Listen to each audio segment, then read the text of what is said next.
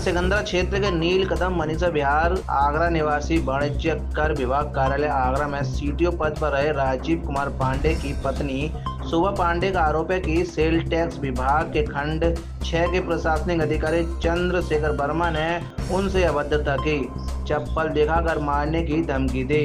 राजीव कुमार पांडे की पत्नी ने विशेष मुलाकात कर बताया कि उनके पति सेल टैक्स विभाग के खंड 6 में सीटीओ पद पर कार्य करते थे।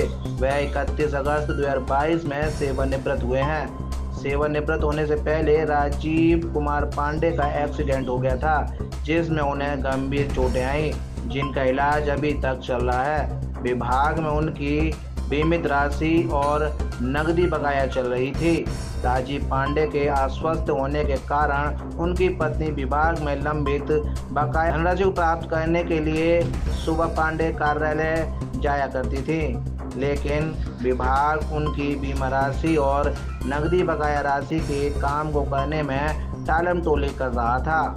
परिवार का धैर्य टूटता जा रहा था। शोभा पांडे ने बताया कि विभाग के लोग हमारा कार्य करने में सहयोग नहीं कर रहे थे। दिनांक 1 जुलाई दिन सोमवार को चंद्रशेखर वर्मा से मिलकर बकाया राशि देने की प्रार्थना करने पहुंची तो प्रशासनिक अधिकारी सेल टैक्स चंद्रशेखर वर्मा आग बबूला हो गए और मुझे अपमानित करते हुए मुझ पर चप्पल उठा ली और सार्वजनिक मेरा अपमान किया। परिवार सेवानिवृत्त राजीव कुमार पांडे का बमुश्किल इलाज करा रहा है। वह अभी चल फिर नहीं पा रहे हैं। उनकी रोज थेरेपी कराई जा रही है। 7 इंडिया न्यूज चैनल के साथ विशेष मुलाकात में बताया कि प्रशासनिक अधिकारी सेल टैक्स विभाग चंद्रशेखर वर्मा द्वारा किए गए अपमान से गहरा आघात लगा है। इस घटना की शिकायत वरिष्ठ अधिकारियों से करी जाएगी। अगर यहाँ न्याय नहीं मिला तो सीएम उत्तर प्रदेश से शिकायत करूंगी। मैं मिसेज राजीव कुमार पांडे शोभा पांडे हूँ। क्या करते थे राजीव पांडे जी? क्या थे? खंड 6 सीटीओ थे सेल टैक्स में। कल क्या घटना आपके साथ घटी है और क्यों घटी है? कल मैं अपना कुछ कागज पूछने गई थी। नकदीकरण बीमा 22 में रिटायर हुए पांडे जी और 24 तक नहीं मिला। फिर इलेक्शन से पहले जब मैं गई वहाँ तब हमें पता चला कि ये चीज़ रह गई है। जब जाके मैंने कागज़ निकलवाए उसके बाद उन्होंने कहा इलेक्शन के बाद आना। फिर मैं इलेक्शन के बाद गई, लेकिन ये क्या नाम है चंद्रशेखर वर्मा से 22 में भी मैंने बात की थी रिटायरमेंट के पैसे ऐसे के चक्कर में। तब भी इनने हमसे बदतमीजी करी कि मिसेज पांडे मैं आपसे करी मेरे से बात मत किया करो, जबकि मैंने इनकी शक्ल भी नहीं देखी थी। और उसके बाद जब 24 में अभी पिछले महीना करी तब भी इनने बदतमीजी से मेरे बात करी।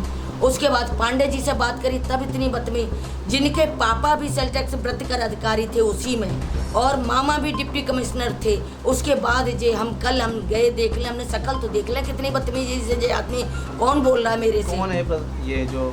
जे डीसी है। डीसी प्रशासन चंद्रशेखर वर्मा।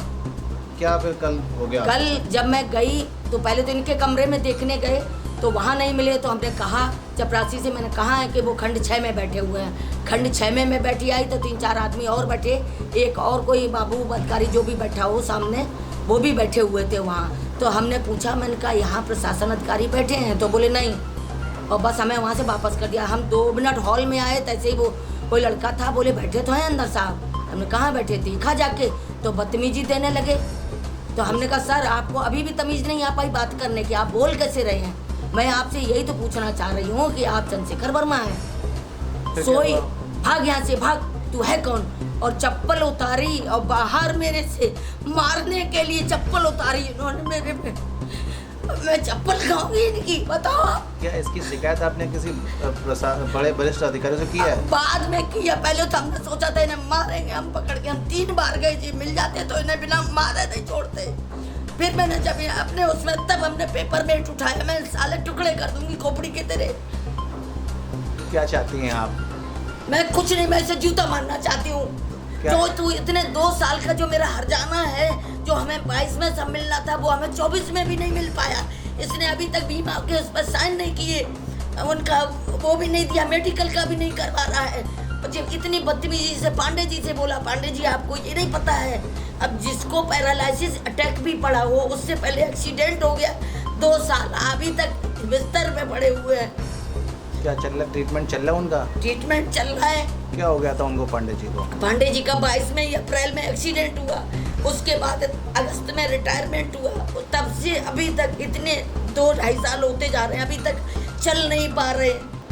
विभाग का कोई सहानुभूति कोई आपके साथ? सहानुभूति नहीं। जय सहानुभूत है, कितनी सहानुभूत है। क्या आप इसकी शिकायत आगे करेंगे आप? बिल्कुल करेंगे। कहाँ तक पहले तो करेंगे? जहाँ तक सीएम तक करेंगे। मैं आज ही जा रही हूँ, पहले तो कमिश्नर से करूँगी जाके। पहले इसलिए रुकी थी मैं कि फिजियोथेरेपी वाले आ रहे हैं, आप लोग आ रहे हैं इसलिए, नहीं तो मैं चली जाती। वो बेड भी, हम बेड कुर्सी वो सब लेके आए, वो देने जाना था हमें। तो ऐसे प्रशासन जो अधिकारी हैं, इनके कुछ खिलाफ नहीं। किस तरह की कार्रवाई होनी चाहिए? बिल्कुल कार्रवाई होनी चाहिए, इतना दंड देना चाहिए। हम तो करें जैसे इसने चप्पल मेरे मारी है, ऐसे ही इसके चप्पल जूते पड़े हैं। या तो हम तो ऐसी जगह अपने साईं बाबा से कह दिया कि ये हरामजादे के देखो जिंदगी में क्या करना है, एक ब्राह्मण आदमी पे ये चप्पल मार रहा है। मैं रात भर परेशान हुई हूँ। अगर शोभा पांडे के आरोपों को सच माना जाए तो 1 जुलाई दिन सोमवार को वाणिज्य कर विभाग कार्यालय में शोभा पांडे के साथ घटित घटना शर्मसार करने वाली है। इस तरह का व्यवहार किसी भी व्यक्ति के साथ न्याय उचित नहीं हो सकता। फिलहाल देखना होगा कि इस मामले में क्या सच्चाई निकल कर सामने आती है। 7 इंडिया न्यूज के लिए भगवान सिंह के साथ गीतम सिंह की रिपोर्ट।